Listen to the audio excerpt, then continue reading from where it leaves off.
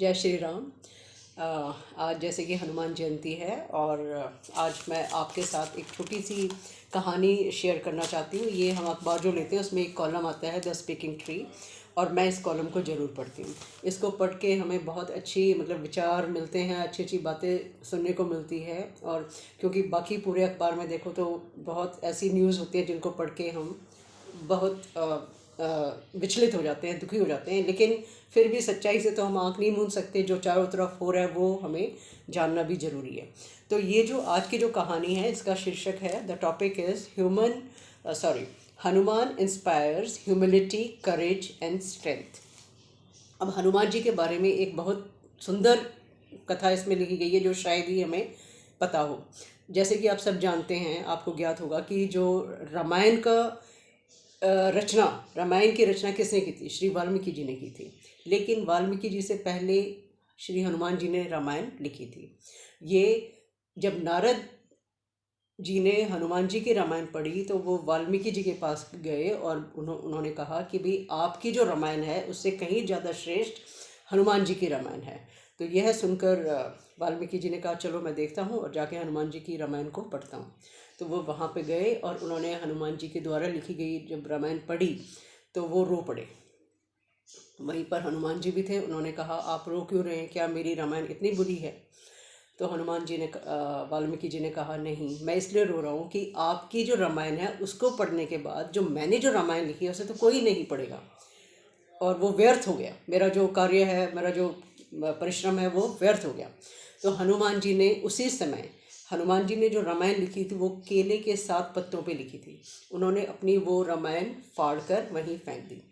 इस पर वाल्मीकि जी ने फिर प्रश्न किया कि हनुमान जी आपने ऐसा क्यों किया? आपने क्यों अपनी रामायण, इतना अच्छा सुंदर कार्य आपने क्यों नष्ट किया?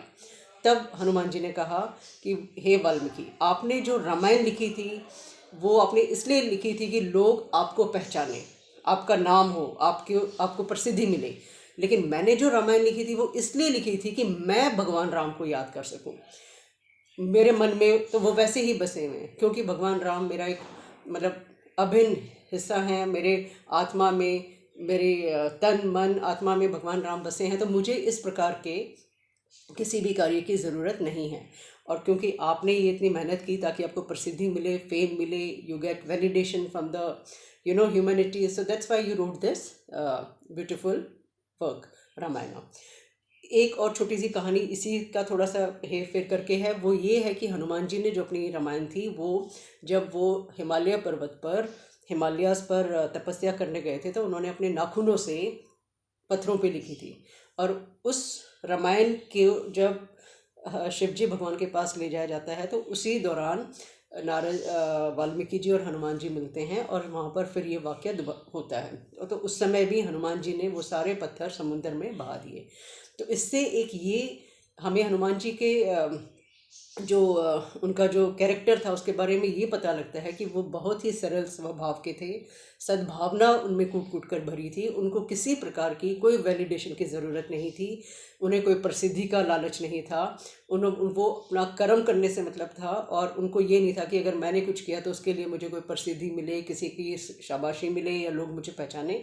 लेकिन वाल्मीकि जी क्योंकि एक आम इंसान थे तो उनका मकसद यहाँ पे, उनका उद्देश्य था कि उनको अपने कार्य के लिए प्रसिद्धि मिले। और हनुमान जी की जो रामायण थी वो इसलिए श्रेष्ठतम थी क्योंकि उन्होंने वो जो रामायण लिखी थी वो अपने मन में जो भगवान राम के प्रति उनका प्यार था, समर्पण था, एक भावपूर्ण, उन्होंने अपने भावों से भरी हुई रामायण लिखी थी। तो जब भी हम कोई कार्य सच्चे दिल से करते हैं, अपनी भावनाएं उसमें पूरी डाल के करते हैं तो वो अपने आप ही श्रेष्ठ हो जाता है। तो एक ये छोटा सा संदेश इसमें यही है कि हम इंसान भी अपना कर्म करें, किसी से किसी भी प्रकार की अपेक्षा ना करें।